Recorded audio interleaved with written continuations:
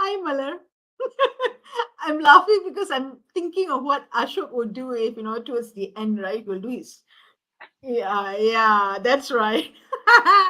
How are you? Okay, I'm good. I can see that you are Miss Ashok.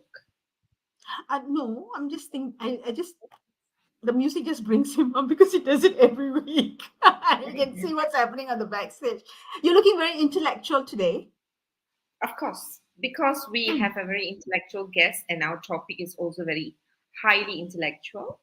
And Oh, for those who are joining us, we are still in Leadership in Flow Asia, and this is still Malar from Malaysia. And today, well, the theme for this month is collaborative leadership and external collaboration for growth. And yeah. if you've joined our show, you know that our guest today is Kristina Rai, the CEO of Asia School of Business, right? I met Kristina, gosh, years ago. I'm not going to count the years. For those who joined us in our leadership festival, would have Lead met festival. Kristina at Yeah. the keynote and know Mm. what a magnetic, simple, straightforward, very much a heart-centric leader she is. And to have such a heart-centric leader leading executive education, I think it's amazing because Yeah. we need more heart that needs to come into the business. And we all know education plays a major part in our mindset and shaping the future of this world. So, with that, Yeah. I think we bring our beautiful, ravishing Christina upstage. Okay, and I'm going to swap roles. Okay, no power to you, power to Christina. And Yay!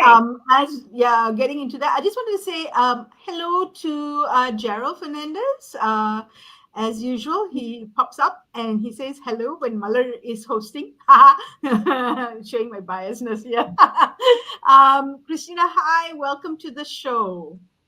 Hello, hi Mala, hi Shamini. Thank you so much for the invite and thank you for the very kind words, Mala.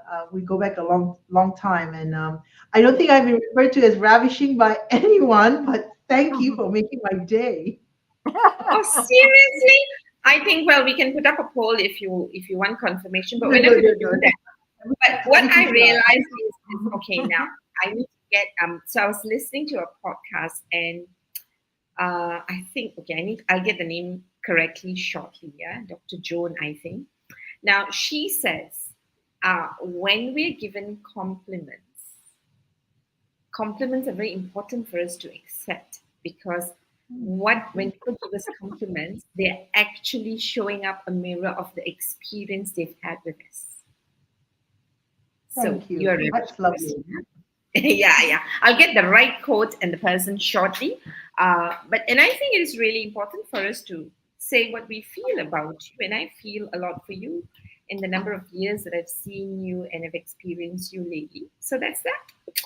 Okay, Thank you. now, so uh, thank you for saying yes, and thank you, for always supporting us in this journey of wanting to influence the leadership space. Yeah, Christina. Mhm. And we know the topic today is external collaboration for growth. I think collaboration is big right now, and everyone talks about collaboration, right?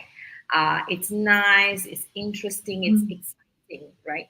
But tell us, having doing what you do, leading executive education.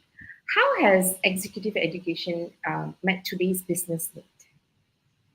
Sure, thanks. So let me just give you a snapshot of what I do as the COO in the Asia School of Business.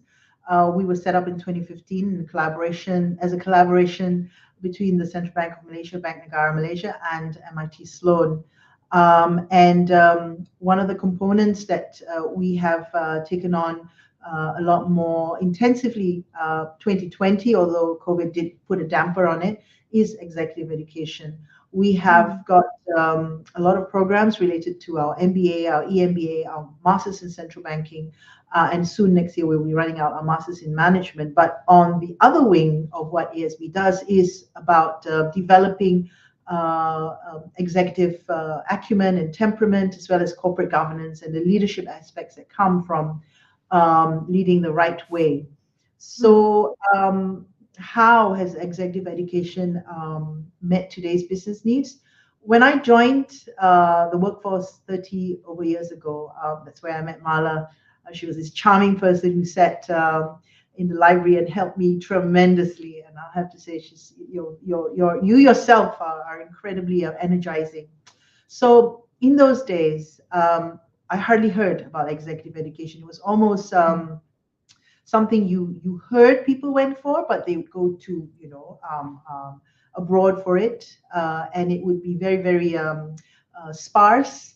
Mm. And I mean, it would be something very much tailored or the remit of those at a much higher level. Mm. In the 90s, I didn't hear much of it. By the time I went away to do my own master's in Manchester and I came back, we were in 1998 and 2000s. You started to hear more of this being an experience in a corporate setting. And it was a discipline as well. But again, of the few, you had the advanced management programs, the AMPs that you heard of, C-suite or the top notch, those people at the high end who had a great experience, and they always said great things about it. Today, it's so much more diffused. Number one, it's not just something that you get in top universities or business schools in developed countries, in America and the United States and UK and Europe, but you have this diffusion in Asia, which is an interesting outcome of the consciousness that, and it should happen because Asia has been the center of business, of where commodities come from, where you get your raw materials, where labor. I mean, you've had, great businesses in the West that have combined the almost cheapness or the competitiveness of all the Asian countries to sell and make brand names abroad, yet, nothing here. But the 1990s and certainly the turn of the century, we see universities and business schools flower, start to prop up across Asia, and entrepreneurship and innovation, which is something that is also a trait that many corporations in Asia have, and people managing and organizational behavior, and you start to see. I started to experience it when, as an organization, corporate started to identify talent. Sustainability wasn't about just the business of running the business, but the people to run it. And corporations and institutions started to invest in their people in a more deliberate and structured way. You want to hang on to your talent, you want to keep building them, you want to invest in them, they want to grow, you want to grow with them, you want to give them an aspirational target, but along the way, you want to support them. So the business of building up people has been what has been like the synthetic boost for executive education, and with that, the great more providers We see big names set out outposts in Asia and collaborate is one, but also setting up their own without entering into major collaborations, but bringing in an Asian flavor.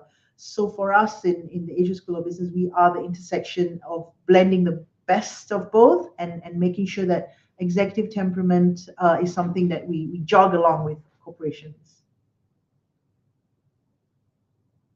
Nice. Okay, that's an echo. Okay. Sham, you take time because there's an echo. You want to try? Are you hearing an echo now? Okay. Okay, let me. All right. Can you hear me now? Yep. No echo? Yeah. Okay, so No I echo just now. needed you. Sorry. Yeah, because I don't want to annoy people with my echo. Okay, good. I'm glad to be back. Now, I know while I want to dive deep into executive education and the collaboration model, right? You said something that's really interesting for me. You said leading the right way. Mm-hmm. So, can you just tell us a little bit more? I mean, we are in leadership in Flow Asia, right? When you Yeah. say leading the right way, because you've given us a lot of ingredients as to, Asia, the kind of education where we were and where we are, and the kind of growth that has taken in this space, and how to make executive education relevant, right? But I think leading the right way is also a very important topic. So maybe before we talk a little bit more on collaborative, tell us a little bit about what do you mean by leading the right Sure, happy to, and thank you for that. Um, so achieving and performing and output and results are great, but more and more it's how we get there. The issues related to corporate integrity. We've seen how some big names can bring big old companies down, put people out of work, and also how uh, bad behavior sanctioned by, I mean, that's unsanctioned, but sort of condoned because they bring in the money, can reverberate and cause great financial and economic downturns. It's behaviors, which is really, really bad. It annihilates, a lot of productive work, a lot of honest people working really hard and working really well. It annihilates it. So doing the right thing is also about corporate governance, how you govern yourself, how you are a responsible corporate citizen.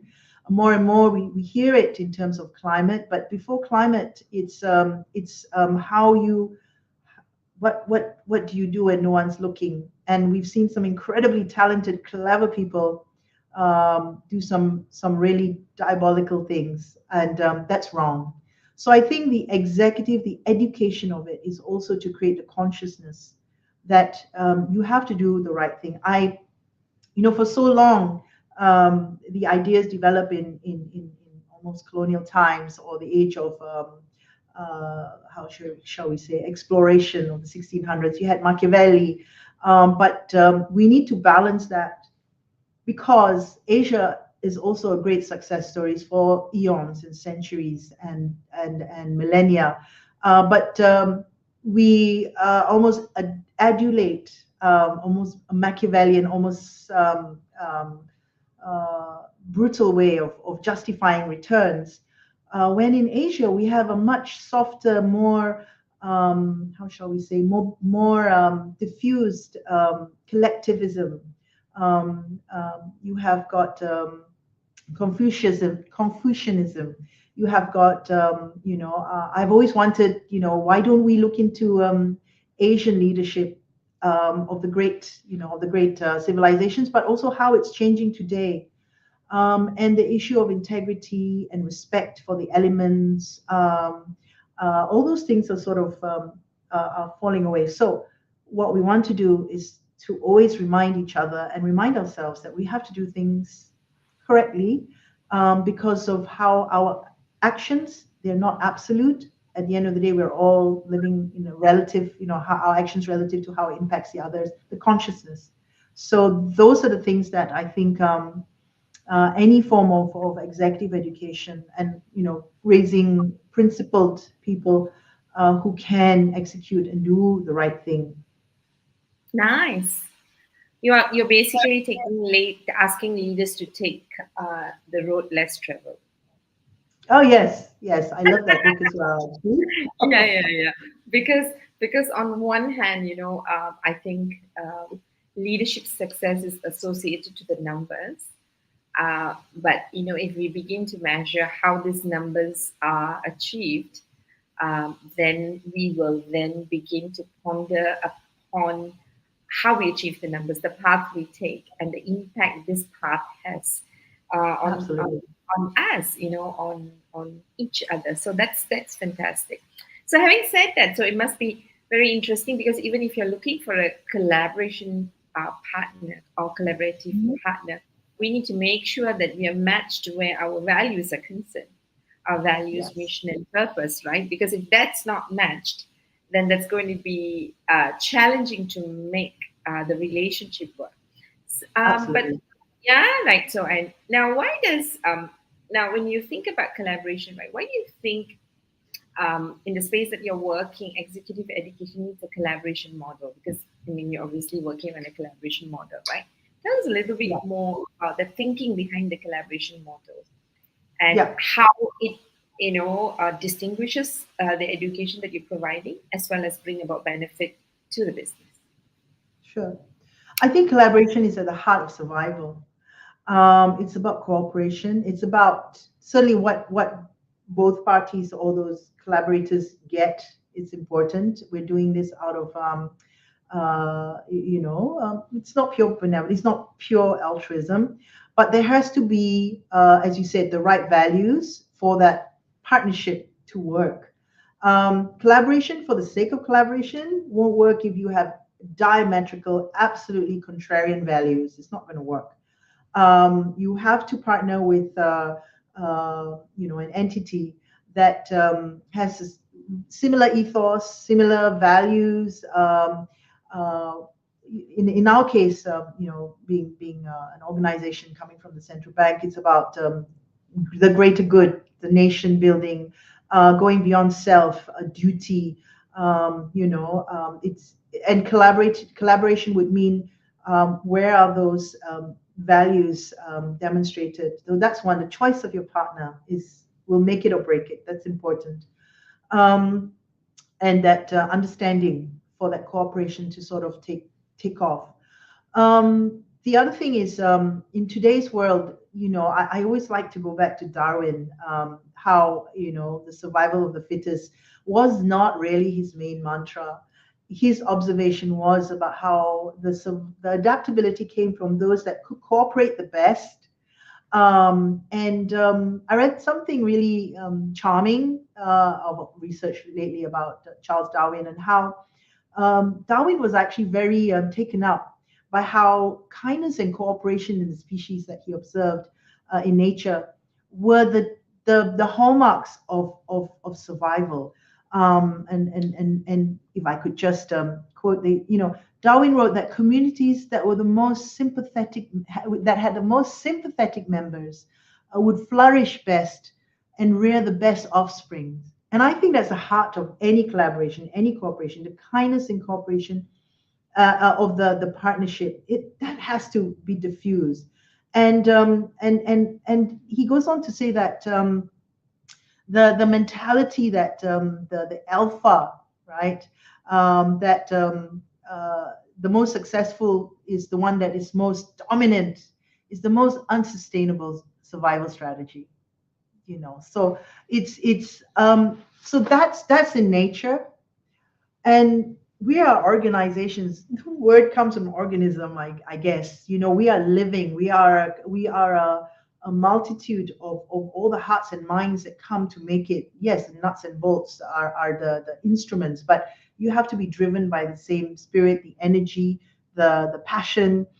So you have to move away from being the best in everything. We can't. There's only so much resources. There's only so much we can burn out, and it causes a lot of stress if you think that is the only way to survive in business, for example. And I think this collaborative model that you see is everywhere around us, in every miniature of life, but more so in executive education, where we are trying to blend um, the stories, the energies, the passion, the foresight, and the values of incredible individuals that were knitted together, right? And the stories of developed countries in the West and the East and in Asia are actually what we want to surface most. And I think this is where the best of both worlds come in. If we work with that spirit of how do we extract is a word I could use, or how do we utilize each other's experience and history, and you had you were in the business a bit longer, a bit younger, but the gap is where both, or the difference is where both benefit. So that's where it is, what's in it for both is where there is a gap. If you are equal partners, then sometimes it can be where the almost parity. Then you look at the complementarity of it all. Where do each other's strengths complement? And that's where, I'm a big advocate of, if you want to be the only one and you don't collaborate and you don't blend, you're going the way of the dinosaur. It's extinct. You're fossilizing. You're going to be too slow to react and too invested in your own mental mode that you just can't adapt and be agile. So Mm, I think collaboration, cooperation is about bringing that nimbleness into the mm. picture. I like how you brought in the concept of adaptability through cooperation and kindness, and that adaptability is about survival at the end of the day, isn't it? It's making sure that our tribe stays, or lives the Yes. longest, or has the longest chance, a better opportunity to survive. Yeah, there's a very interesting study amongst two groups uh, of beings, right? One was a chimpanzee, and the other was this other group of animals. I can't remember the name. I'll find out the name, right? And the chimpanzees are like chimpanzees. They're all the alpha. Who's going to beat each other up. Whereas this other group is what do you call calm. It's very kind. They help each other. They grow. There's no fights or very little fights. And everybody thought they would go extinct because that's the alpha right across, right? Yeah. Right? It's the survival of the strongest and the fittest, right? Yeah. But this animal still exists, all right? And it's precisely, and they'll just live right across the river in terms of this experiment. But yeah, adaptability is about collaborating, working, being kind to each other, and seeing, how we support each other. Um, I've got a follow-up question on what you said, right? And that's around the idea of collaboration, but in a slightly different way. So someone might say networking is collaboration, Hmm. right?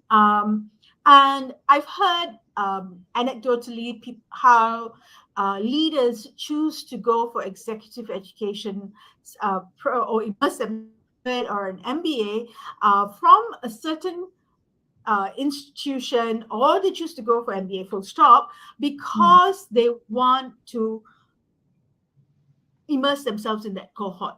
Why Yeah. do they want to immerse themselves in that particular cohort? Because it has a particular DNA, is because of the networking Yes. opportunities, right? So the growth comes not so much from the academic studies. The growth does not come so much from us doing all this work together and leveraging on each other's strength, but the growth comes from um, the network that I'm building when I do this program with this cohort that I'm doing, right? Mhm. Do you see that as reasons why some of your, for the lack of a better word, students Mhm. join the program? And what's the thinking behind it? What's the science behind that? What happens, or why is it that this occurs, this decision Yeah, or sure. practice? Yeah. Hmm. Absolutely. I think networks are critical. mm, We go to school. Education, the best part of education is they teach you how to socialize. You yeah, learn, but you also learn relative to how you are in a group. mm, Socialization is important, and children and young teenagers need that. If you take that out and you strip off the socialization aspect, it's a very one-dimensional education.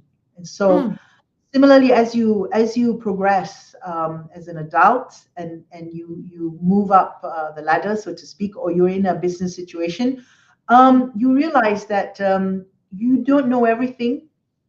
It's not even the way we work in life, but you must be able to leverage on others. That's in your mm, own outfit.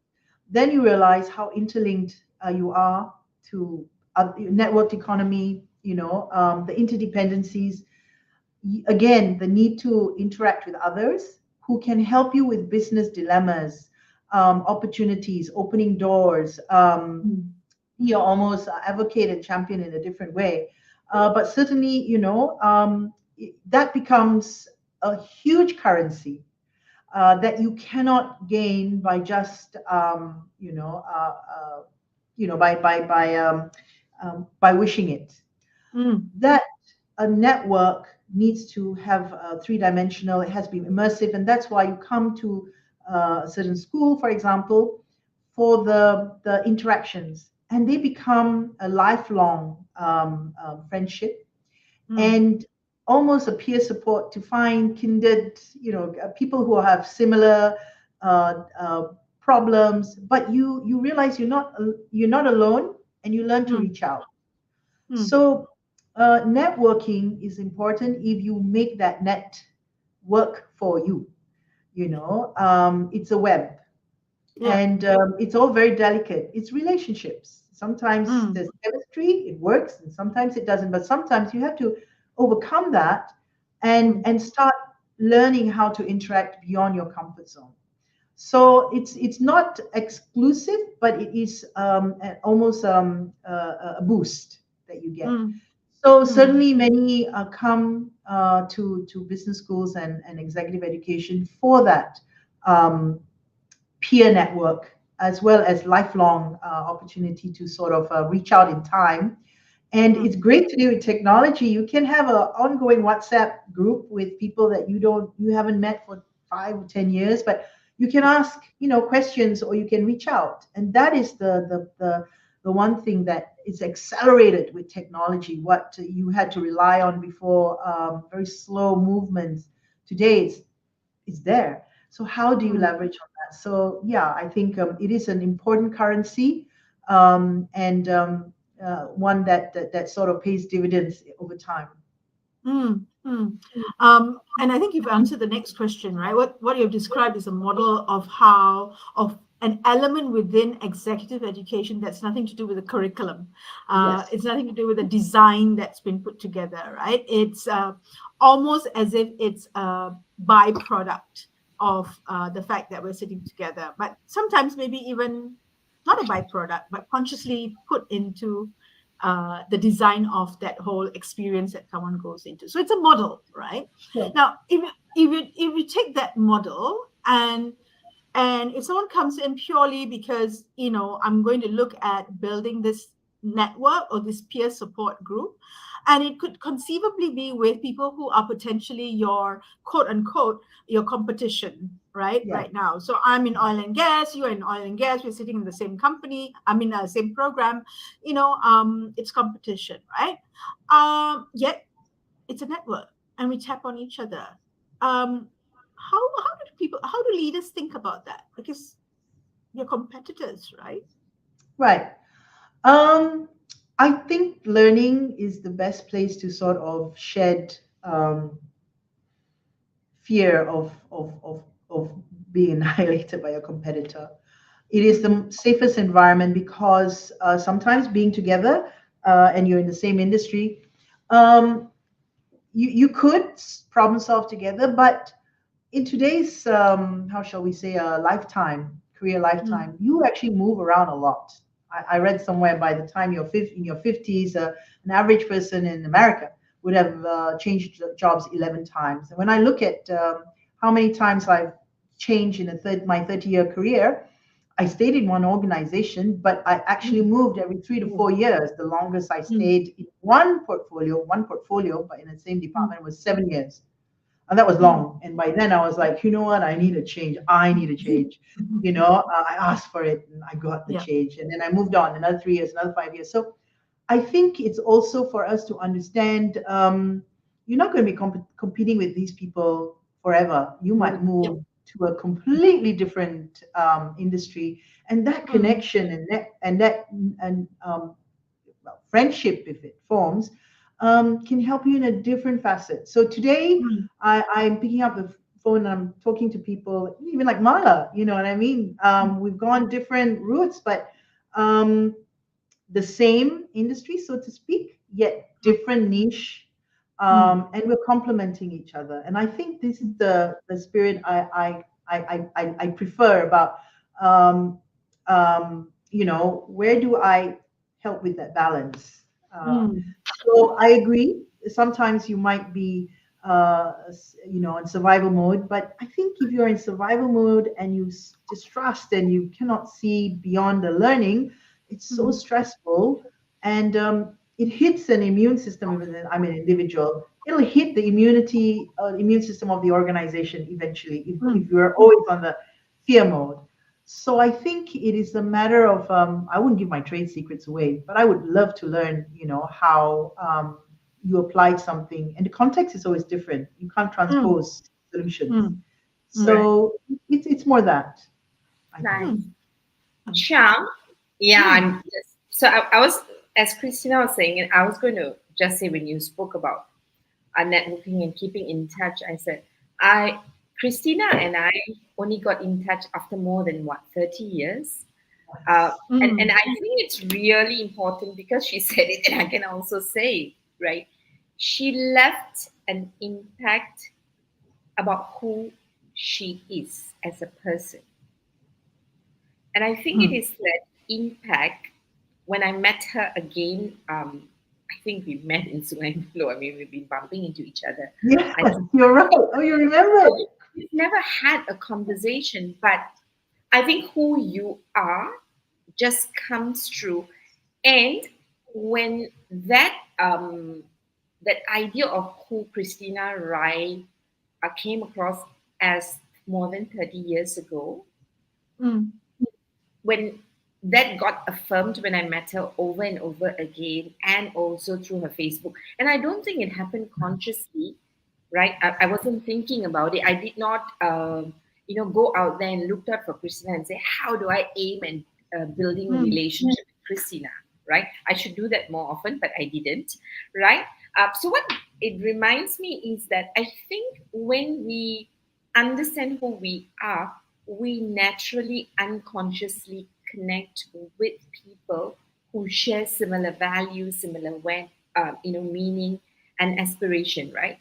It is only when we decided to sit and have a conversation we realize how much we wanted similar stuff, and that's really Mm. how LLF quickly took on. It's just that in that one conversation after 30 years, and from what Christina was telling me, whether we call it networking or even if you think about cold calling and meeting people and Mm. having so-called trying to build a relationship, I think what we eventually look out for is the similarities if the way doing it the right way is important for us, if Yes. authenticity is Correct. important for us, because Yeah. you can't fake who you are for a long time. You can't fake what you believe in for a long time, especially when pressure gets to you, especially when it's a number game, right?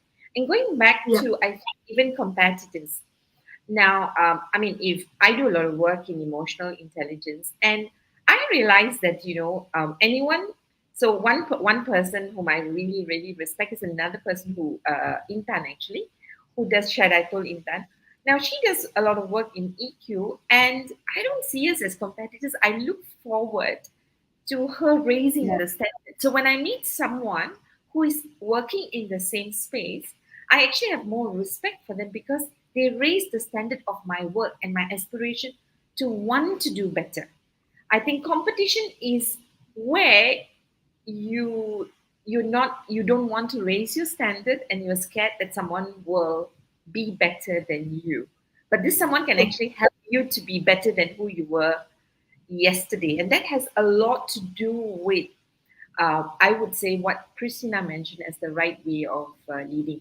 I know I'm not supposed to be like giving a lot of these things from mine, but I couldn't help it because I think a lot of the things that you said had a lot to do with how even Sham and I came together, right? I mean, the story behind that we didn't like each other is a different story. But if we think about it, I mean, really, we didn't connect as friends, but Mm. I think within there was a lot of respect for who she is and Yes.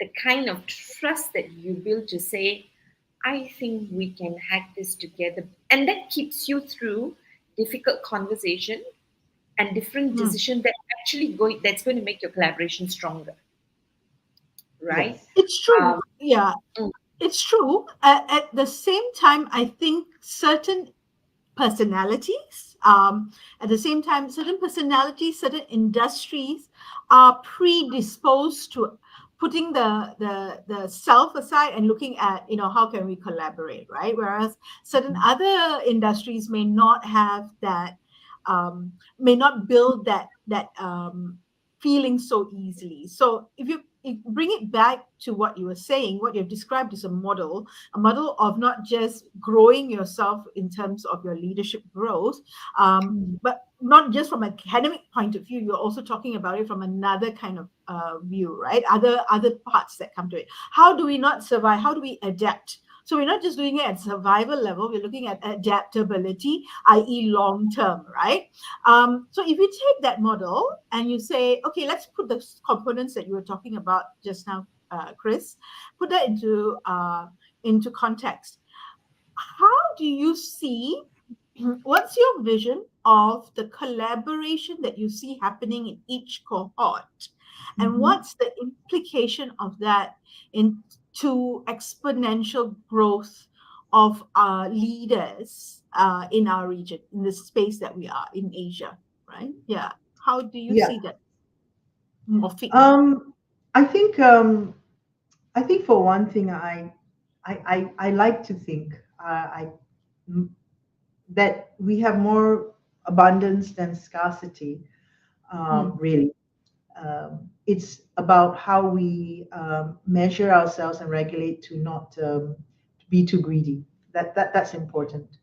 mm, Um, as an outset, as to me, why collaboration is important. Now, how mm, does this help with leaders in the region? I think the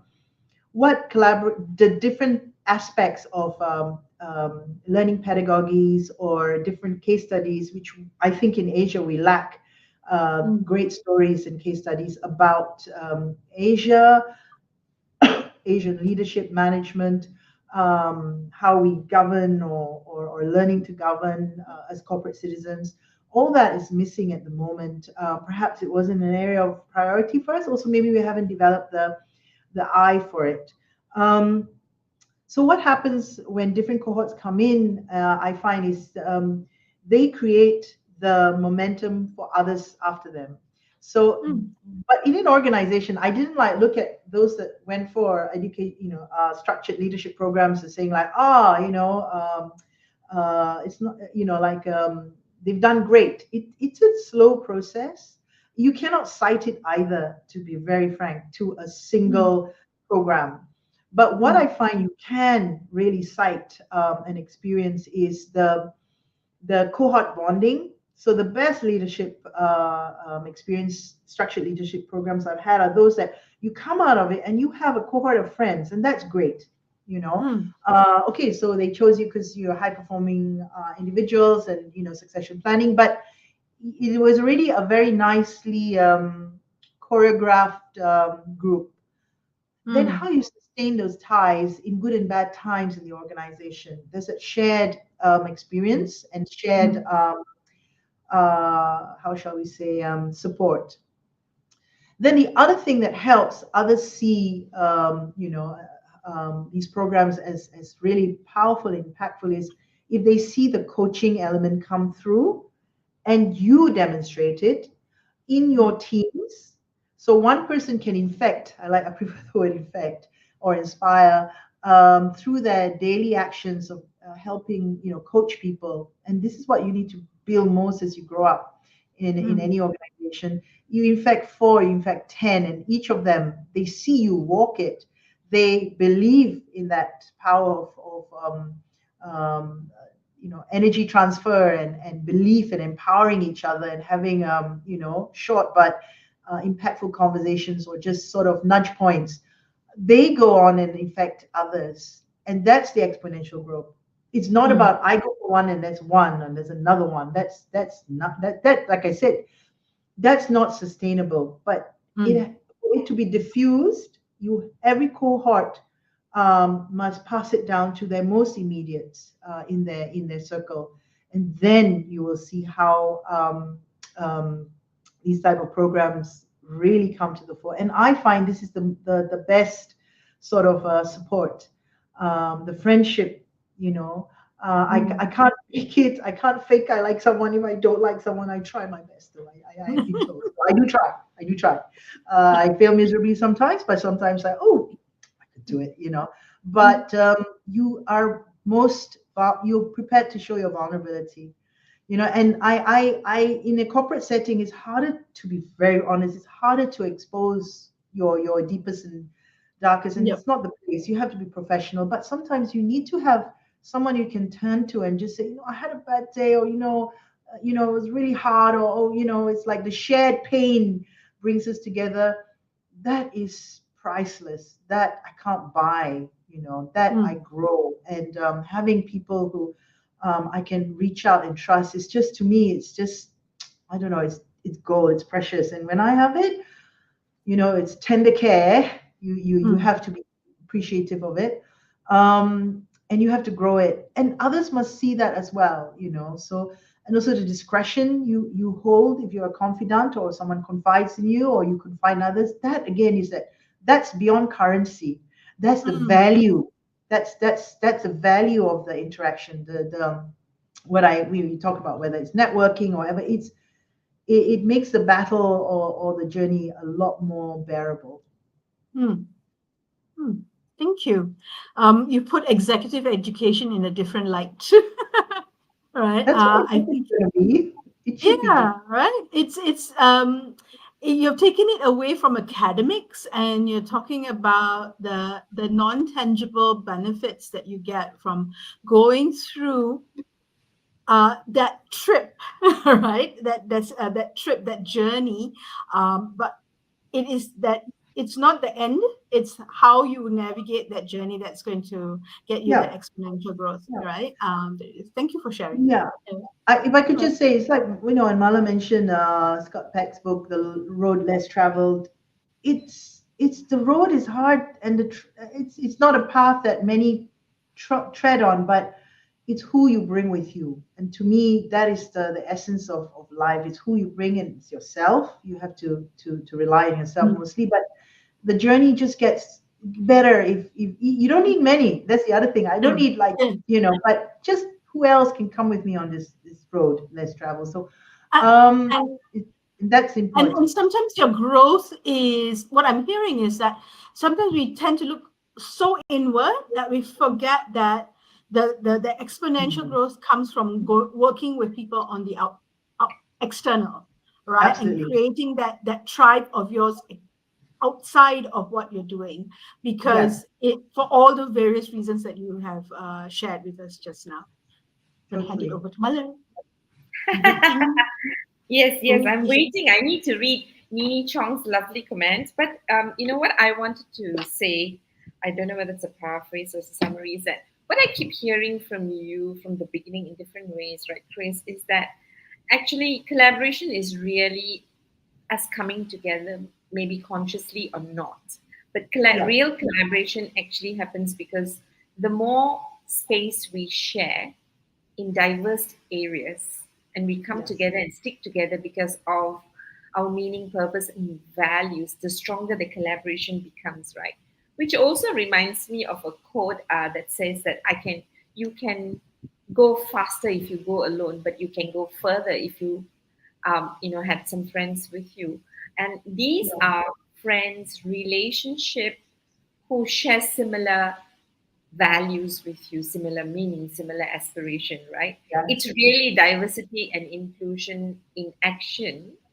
And I love the bits on coaching that you said, because this is where when we come from diverse background, whether it's our mindset or our diverse skills and talent, when you are in a space where you can receive that gift through your coaching, you then begin to also sometimes value what you can give then back to another, pay it forward, if I can Yeah. say that.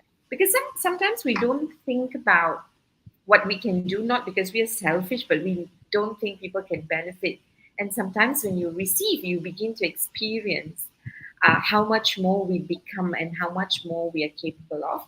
And as I say that, I must say that one of the greatest collaborators I've been very privileged to work with is Nini Chong.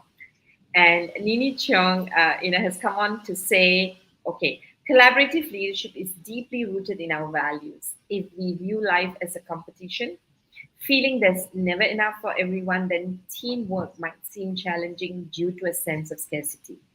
However, if we believe in abundance and intelligent planning, collaborating with others to reach a shared vision becomes second nature. It all boils down to our fundamental beliefs and perspective on the world. To me, being collaborative can effortlessly become a way of life, says Nini Chong. Nini, thank you so much for that Nice. really nice long comment, right? Now, Thank you. yeah, so I hope Nini gets to meet Chris one of these days. Yeah, so having Mm. said that, I think you have demonstrated how sometimes we look at growth as one particular pillar, maybe.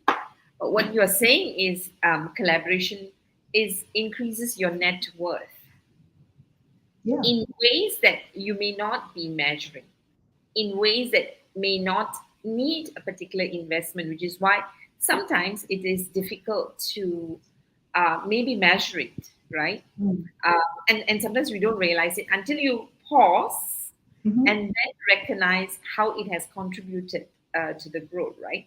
Now, Yeah. how do you see this? Because I think moving into the future, on one hand, business is getting a lot more challenging. We need to do more with less, Hmm. right? And which means that we need to figure out ways to do it. So, how do you see all of these collaborative ideas that you're talking about, right, will Hmm. help us to be more future ready as leaders and as organizations? Yeah. I think it's as you mentioned about diversity, and when we network is one, but when we bring in diverse groups of people, people with diverse backgrounds to work together, to study together, to learn together, um, you reduce blind spots and herd mentality. That's very important. More and more, we realize it's also you have to have the courage, and sometimes you don't even know what courage means unless you see it being demonstrated, or you have people who are prepared to be vulnerable and share their most darkest points when they had to, traverse or make a hard stance or do the right thing. Um, I think the one thing today in when we talk about collaboration and executive education, one thing that has changed tremendously is not about management. Uh, it's about knowing yourself. It's about self-awareness and regulating yourself. Once you know the climate you create through your behavior, the your style and how it can hinder or help your teams from flourishing, from being productive, from being innovative. And this is the thing that has changed the most beyond, different perspectives from different continents, is the fact for the past 10 years, you've had a lot more psychometrics come into an executive education program. You'd have 360s, you'd have, a survey sent out, and then after that you sit down. And the coaching element is one. that's to help you on your journey as you uncover very uncomfortable things about yourself. And this is the power of the leadership development today. It's about confronting your vulnerability, storytelling, whether yourself or those around you, to learn from your weakest and darkest points, and um, getting the how shall we say? It's not foundation, but the energy to make change. And I've always said, if you can't change yourself, you cannot change. You cannot bring change to any organization if you yourself cannot confront. And I'm not a, I mean, I'm not a deeply religious person, but I have been amazed when you look at all the great faiths. There's always that moment when you had to leave the comfort of the flock, go far, discover yourself, confront yourself, then you're strong enough to lead. And that has not changed. But in a corporate setting, that that trait or that journey is something that we don't talk about. So that's why we have a lot of programs today. If you unpick it, the difference is that mirror that it poses to you, and what can you do with it, and the support that comes through it. So I think it's the collaboration is one, but confronting is what all these programs, how we design it, whether it's immersive, whether it's, you have, different case studies, action, and all that. But at the end of the day, it's about you. And I think the deepest, the best kind of programs I've had is those that help me with self-reflection. And I've partnered with people who had the guts to tell me things which I was not comfortable hearing, but I realized I had to do something about it. And sometimes I say, I don't know what to do. Just that alone, just to say that was hard for me. So I hope leadership doesn't have to be a lonely, solitary story. It should be about where do you harness all around you, and you have, it's a balance. Who do you trust and who do you have to be careful about not, you know what I mean? Mm. It's all about your amygdala, your sixth sense, or whatever it is, your instincts. So how do you bring the powers of all that learning and intergenerational together? So hopefully this is how we can create future ready. I don't believe you can be future ready if you are not now confronting yourself. And this is for any organization really. And that's where the transformation happens. Nice, nice. Wow. So it sounds to me like, is there a great task? I think we're going back to, in some ways, fundamentals of Hmm. why leaders need to have character strength, Yeah. right? Because when we look at moving forward into the future, what is constant and what is for sure, what is certain is uncertainty, right? Hmm. And in that uncertainty, um, we really need to go beyond who we are today to lead tomorrow. And how else can we do it if we don't have the courage to confront who we are and who we Today. could be to lead the flock we are entrusted with? And for that, we can't do that with who we are today, is what I'm hearing, right? Because once you have that clarity about who you are, right, and that simply means, just not confront, like what you say, confronting your vulnerability. Because if I don't confront, then I may not have the courage to do the right thing Yeah. to move ourselves forward. And that is simply leadership, isn't it? Because I mean, for us, Mm. we often summarize leadership to be influence. Because once we are clear, we can then influence the people who trust us with our choices and decision making and leadership. So I thought that that was really beautiful. Thank you so much, Christina. I'm just going to hand over to Sham to ask the last question and close, because I'm like, I need to sit with this. It's so profound and it's, Yeah. thank you. Thank you. So I think the last question kind of would give us a summary or encapsulate what we've been discussing over the last an hour or so, right? Less than an hour. Um, so if you were to look at what do leaders, not everyone's going into executive education, obviously. Not everyone will consider executive education as the next path in terms of their development or their growth. Yeah. Mhm. So what do we need to change? What do we need to shift in terms of how we think about executive education? Yeah, thanks for that. I think I want to break away from executive education as something that is a one-off. Mm, I'm a deep believer of lifelong learning. I'm a deep practitioner of just bite the bullet and do it and jump and keep jumping, and learning new things. I think it's also a strange outcome that people get executive education in their 40s and 50s when actually I believe you should have started it, well, early part of mm, anyone's career.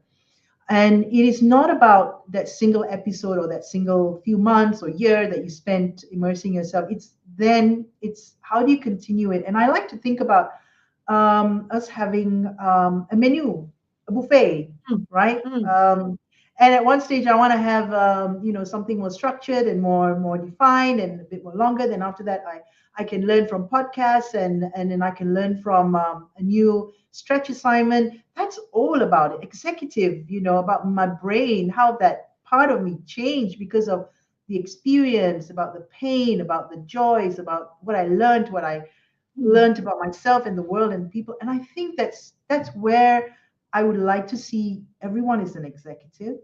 Everyone, it comes from your executive function in our brains. So actually, we're all up there. It's like, and I would like to see it differentiated, and I would like to celebrate everyone's journey, mm, where there could be common points where we all went for a similar, maybe a leadership program or management program, and it taught us a domain understanding. mm, But the how it sort of spread into new things should be what it's part of my overall journey, right? And don't do it too late. Start investing sooner rather than later, younger rather than older, but continuously, and every facet. And we forget. I keep forgetting to. I do my yearly KPIs and my yearly performance, but I forget to do like my 3 year CV, how I changed. I know it's mm, journaling. People do that, but what's my career journal? 3 year, what did I do? What did I achieve? And then I took a break, 2 years, and then what happened to me? What did I bring, or did I move somewhere else? You see the CV, but it mm, is a summary. mm, And I think we need to do more of that reflection and encourage others to also look at it in a different way. That's why I love talking to people. It's like I love listening to people's stories. I can get very immersed in other people, listening to other people because I find people fascinating, and so what I hope one day would be different is you see this not as an education but as executive experience throughout your life and how you made a change or how you impacted the greater good through your mm, decisions because at the end of it this executive education programs is about decision making and making the right decisions for for whatever purpose you have. So I go back to the fundamentals and hope that everyone has someone great with them on their journey or an outfit that can absorb them and a lifelong journey ahead. mm. Very nicely put.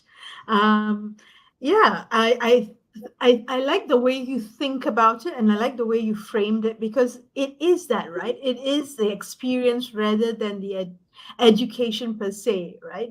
We at this point we've come through this part of our to this level of our lives where we've ticked off on all the things that we need to do to get into that role that we are in already and we've progressed through. So how do we reframe it in our heads in terms of what we need to do for our development, right? It's an executive experience, and I can relate Yeah. to that. I relate to that, right? Very much. Yeah, given my experience with my MBA and things like that, it is the experience. It's the experience. It's the the people that you meet, right? And the knowing of what gives you clarity about what you want to do and what that's not the route I want to go, and that's the route I want to go in terms of how I want to lead my team, my life, or even if I'm leading an organization. So thank you very much for spending your hour with us, My Chris. pleasure. And before you go, I'm going to ask you, Mhm. what's the book you're reading right now? What's the book you're reading Ooh, right let now? me see. How I've many got are a you few reading? books. I'm Yeah. terrible. I usually have like a few books at one go. Oh, I know I picked up a trashy novel. Oh, should say that in case there are any readers. No, I love On the fiction. plane, So, on my yeah, on yeah. my flight. I'm reading a few things. I love Hmm. reading Rumi, so I've always got something that's written by Mhm. Rumi on my bedside. Something. What title am I reading now? Oh, you should have told me this is coming. I'm going to check my book. Oh, that is Let me think. a I've got a few novel. books. The I'll trashy let you novel. know. Very good. Thank you. And I love the fact that you said trashy novel because I like my fiction as well. Yeah, It I know. is I mean, no, let me put nice. it this way. By the time I get home, sometimes I just don't want to think. That's why I love Yes. watching Bollywood matchmakers. Oh my God, I just don't have to think. I just go, what? Why? And that's it. Then never mind, suspend. Yes. So sometimes I just want to read something that just doesn't make me think. Yeah, I agree. And I think we need to do that as well. That's our way of, stepping away Thanks. from thought. Have a Nothing good profound at the evening. moment. Have a good evening, Chris, and thank you once again. I'm going to put you back on the backstage while Mother and I close the show. Thank you. Take care, man. Thank you, Great. Chris. Stay Cheers. beautiful. Ah, Ha! ha. So, you're happy. What's your takeaway? I am fulfilled. I'm not happy. I'm fulfilled.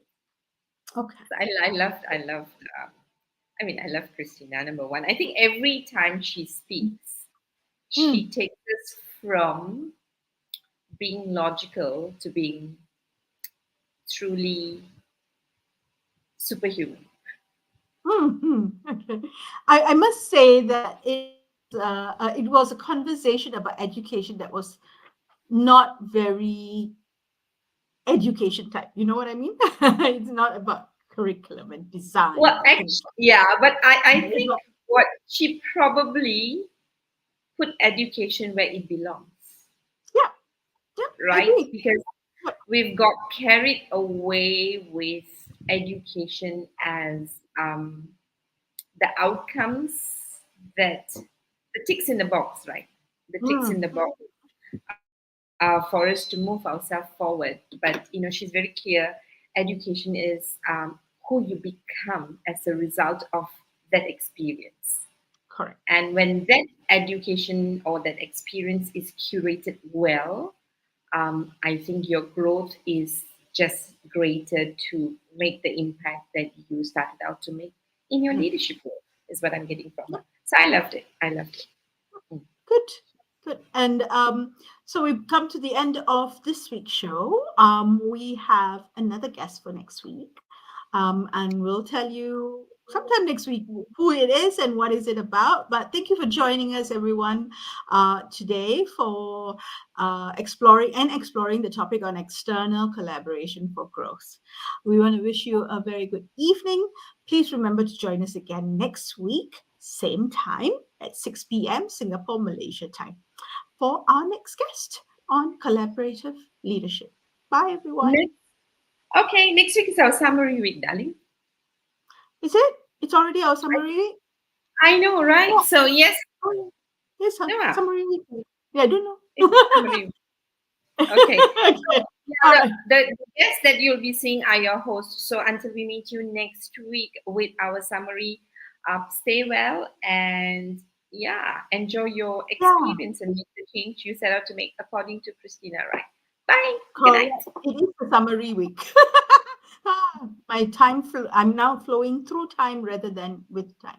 Okay.